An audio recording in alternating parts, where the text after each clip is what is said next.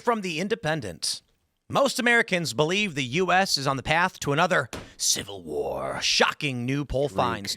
Majority fear polarizing nature of modern politics leading to irreparable social division, survey finds. And then there's a picture of Joe Rogan. Because it gets clicks. Thank you, Independent. An astronaut suit. You know, that's what we needed. They say the survey from the Leadership Conference on Civil and Human Rights conducted between October 30th and November 6th asked respondents which issues they felt strongly about, with 57% saying they feared a new war between the states. And you know what's really funny is that this survey concluded well before Donald Trump said Democrats should be put to death or hanged. So, to be fair, it's Democrats who called for the military to engage in rebellion against the United States. And so here we are. You know, the funny thing about interpretation of statements is that a lot of these news organizations are not running with the headline, Trump calls for execution. Democrats are. But I think that's pretty obviously what Trump did when he said seditious behavior punishable by death and then reposted a guy saying hang them, George Washington would. He's saying they should die for what they did. Now, the thing is, the Democrats are saying take sides, but they're not going to admit that when they told the military to defy illegal orders, they were instructing the military to revolt, to rebel against the chain of command, because they have already claimed Trump is engaged in giving out illegal orders. He's not. But this is what they're doing. Hey, look, that order from Trump is illegal. Defy illegal orders. You're like, okay, you just said don't take that order from Trump to defy it. So they're calling for insurrection. Trump's calling it sedition and treason. And the polls are coming out being like, even before this happened, people thought civil war was coming. So am I right or am I wrong? I think you're both. Both right and wrong. Huh? Yeah. First question is how many people were polled? A couple thousand maybe. And usually the people that answer polls like this are enraged anyway. Well, not usually. Oh, it just links to Axios. That's funny. And it's like they buried under. It says a poll of 336 million Americans, including the babies. Look at that. Everybody got a chance. Everybody. It's the neural net for you. I remember when they asked me. Remember? They yeah. The door Thanks for it. I would have. They didn't ask you. They just looked at your YouTube channel. The thing about I think we know what Tim Pool thinks. American. 1,103 likely midterm voters. Okay, so it's 1,100 people. Small segment. Obviously, the people that answer polls tend to have a certain proclivity. But that aside, they tend to be normies who don't pay attention and are quite dumb, and they're all scared of civil war. That might be because MSNBC might have you think it. MS Now. MS Now. Yes. MS Now. They've rebranded. Fortunate for them. No one watching. I think that American citizens have been so distanced from actual military action, especially on the home soil. We haven't tasted it for 170 years. That ordering your military commanders to defy the president's order might seem like a soft command or a soft issuance, when in reality, when it's life or death on the line and you're trying to get the generals to betray the commander, you may as well be trying to kill everyone in the country. Like that mindset, I think people need to understand the reason why it's considered seditious to do that kind of thing. Now, I agree. Not all laws are good. Some laws do need to be defied, and sometimes authoritarian governments will do illegal things. So there is that argument can be made, but it's not a soft command to tell the military to defy the president. I don't know if it justifies calling them seditious traitors and hang them or any of that. Best start believing in civil wars, Ian. You're in one.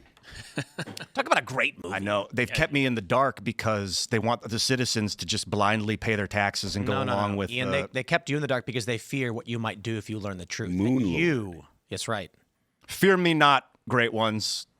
No, you better fear me. I'm here to help. Look, I don't think we're on the edge of a civil war, but I do think that we're looking at kind of a reprise of the oppression that happened after J6 and the fallout. I mean, it was only 5 years ago, where we were being told if you didn't take the jab, if you didn't, have the right group think online, that you'd be kicked out of polite society, debanked, deplatformed. Now they're not in power right now. But their same urges are realizing they can do it in other spheres of power, California, wherever some state control. But they're beginning to kind of foment this. And I think part of the problem is that on our side, we haven't gotten the accountability. We've had a lot of hand waving. We've had 11 months. And now like people like Lindsay and the rest of the gang are, moving on without actually, like Fauci should be in leg irons, okay? People who debanked people like General Flynn, the folks who went after these people should be marched out of the FBI. I think it's a good reason to explain why we are on the path to a civil war. Fauci lied to Congress. It was reported by Newsweek that he lied to Congress. There's been no accountability. And people are getting frustrated and fed up because elections aren't solving any of these issues. But I don't know if they actually, what is civil war? It's more like kind of, we're more verging on people just completely becoming apathetic and going away. But civil war was never about the general population. It was always about the elites. Yeah. So this is where the phrase the 3%ers come from. The American Revolution, only 3% of the American population actually fought. Most people just did not care. They were apathetic. The apathy opens the door to the revolutionaries when people feel detached. So what I see is Donald Trump calling the actions of Democrats seditious, punishable by death. Sedition is not punishable by death, by the way, but Trump said it. And there's actually a funny tweet we have from Matt Walsh where he said, the leading report said President Trump does not want to execute members of Congress, White House says. And Matt Walsh said, most disappointing flip-flop of all time. Clint Russell responded, I was nearly back on the Trump train. The point is, you've got the military being deployed from state to state. The states are defying it. A couple Illinois National Guard said that it feels illegal. Democrats have called on these servicemen and women to defy Trump's orders that are illegal, which, of course, is an interpretation of the individual. And then Donald Trump responds as he did. Not to mention you have the terror attacks on Tesla across the board over this past year and the murder, assassination of Charlie Kirk. I'm not trying to discount how serious that this is with those 6 folks. And but some of them let me just ask this then. Sorry, but my point being, with all of these things that we can iterate ad nauseum, we are now looking at, as you mentioned, Fauci should be in leg irons, but he's not. And what are we getting? Letitia James mortgage fraud, which is like, come on. Yeah. We know what they did in New York to Trump with his fake charges. We know what Adam Schiff did over Russiagate, and we know what Fauci did because the Fauci one's cut and dry. We watched him lie to Congress, and Newsweek reported it. If we are not going to get actual law enforcement, what do you think people in this country are going to do? Just say, I guess we're ruled by tyrants? Well, I can tell you as someone who served in the Trump 45, the impulse is always like, oh, you guys have to look ahead. You can't go back and kind of even the score for what happened in the past. And that's where, people are being let off the hook, with respect to Fauci, but also, Barr and all the way down the Joint Chiefs of Staff, Milley. Basically, what he did was sedition in the sense, calling China and saying, hey, don't pay attention to the treason. That's treason. Yeah, that is treason. Well, yeah, I mean, treason technically, I think, has to be during a wartime, but certainly, it seems that it's on that road, and they are close cousins. Here with the sedition, though, these folks are intelligence officers. It's like you don't walk away from that life, and they know exactly what they're doing. They're very sophisticated. They're the ones who perfected all this behavioral science stuff. So look, you need to mete out reprisal for them immediately. These folks, and they're hiding behind some sort of congressional debate protection. They believe but that's not the truth. This is calling for dismantling of the rule of law and in complete kind of invasion of the executive branch. He is commander in chief and kind of using coded language to tell our army and our armed forces to stand down from direct orders is the beginning of insurrection. I felt very. So it's not war, but there's an interesting point in that the treason charges are about adhering to its enemies. And that's defined in U.S. law as a foreign power or group that is engaged in hostility against the United States, even without a formal declaration of war. If we determine that China is an enemy of the United States, and I think most Americans probably would, then merely calling China outside of the chain of command to who knows what he was trying to do is treasonous. Well, we're 11 months in. Again, my point, like, why hasn't that been, step and this one? When you let this span of time go, justice delayed is justice denied. You only empower these people to try again. And this is why Trump's going to lose,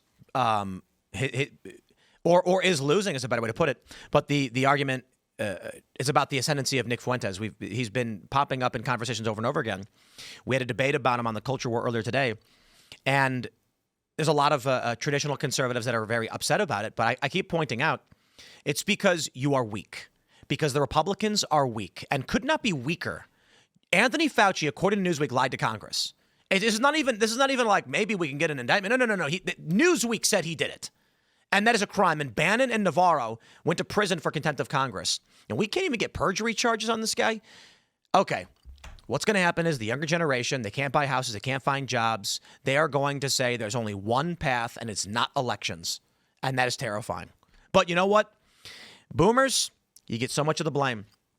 But this, not all boomers, not all boomers, but too many of them are just like, we got to slow down there, take it slow. And the young people are like, you have destroyed my future and I will get revenge. The boomers, they're like, if we play ball, we'll be able to own our house when we're older. But the thing that we need to avoid is turning on each other as Americans because, well, in my belief, it is foreign corporations that are bankrupting our country through the Federal Reserve System. Okay, hold on there, Ian. Like, you're going way, way far out there. I got some questions for you first.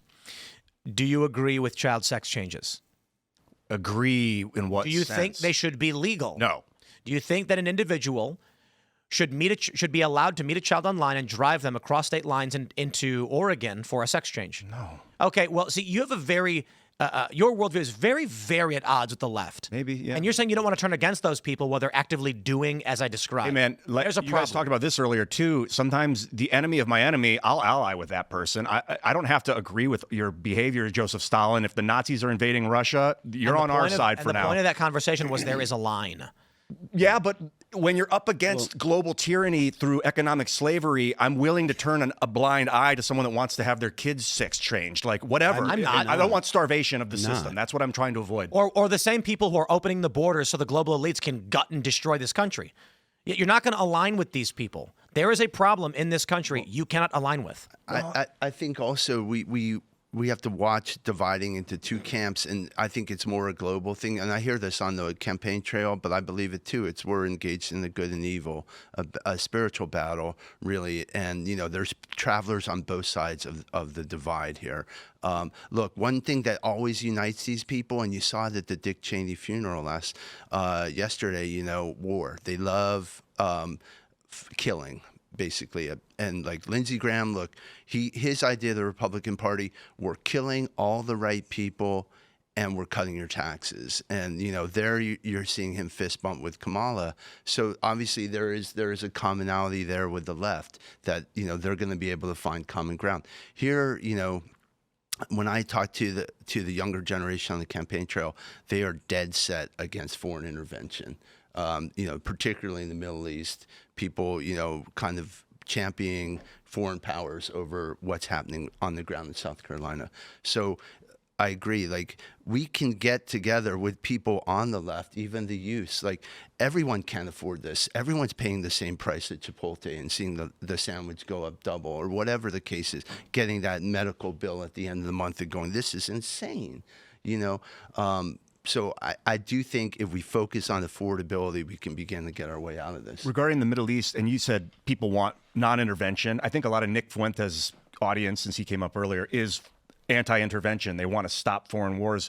How do you do that if we were to stop funding Israel and basically give up control of the Suez Canal? I think a lot of the Middle Eastern control is to maintain trade routes from Europe to Asia and profit off of it. So if we give the Suez to the Russians or the Chinese, basically, because we're not...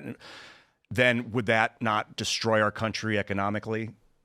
No, I think we'd save money. In the short term, perhaps, but... You know what this country needs to function? It's manufacturing. So there's Hey, Egypt controls the Suez too. I don't want to spoil. There's a documentary I watched, and there was an interesting point made where in what's the name of that white enclave in South Africa? Orania. Right. So I thought. This guy gets interviewed and he says, we don't allow any outsourcing of labor. We have to do it within the community. And the reason why is once you start outsourcing cheap labor, you're giving away your resources and your skills. This is what the United States did. So our manufacturing goes overseas, and within a couple of generations, you have no economy. People can't do work. The argument from the liberal economic order was that we'll just be fat and rich and do nothing. It's the stupidest global communism garbage. It doesn't make sense. So with the Suez Canal, with the petrodollar, with the liberal economic order, Americans will do nothing, and then we'll just have money because we point guns at everybody. And then eventually you have a bunch of retarded citizens who can't maintain that system. Yeah, that's where we're at. I just want to point out the Suez Canal is controlled by the Suez Canal Authority. It's Egypt that's controlling it. It's not Israel at all. Well, Israel's got the nukes pointed. Well, Israel has nuclear weapons, but that doesn't mean that Israel is in control of the Suez Canal. And then we give Egypt a bunch of money so that they do. And Saudi Arabia. That's why we're there. But like I said, the SCA manages the canal, and it's obviously it has to answer to the rest of the world because the United States is essentially the enforcer of international law when it comes to trade on the seas, but it has nothing to do with Israel. Well, if it's in foreign, that's foreign intervention. We're intervening in Israel, in Egyptian and in Saudi Arabian politics by giving them tons of money to uphold our hegemony. Ian, it's not our hegemony.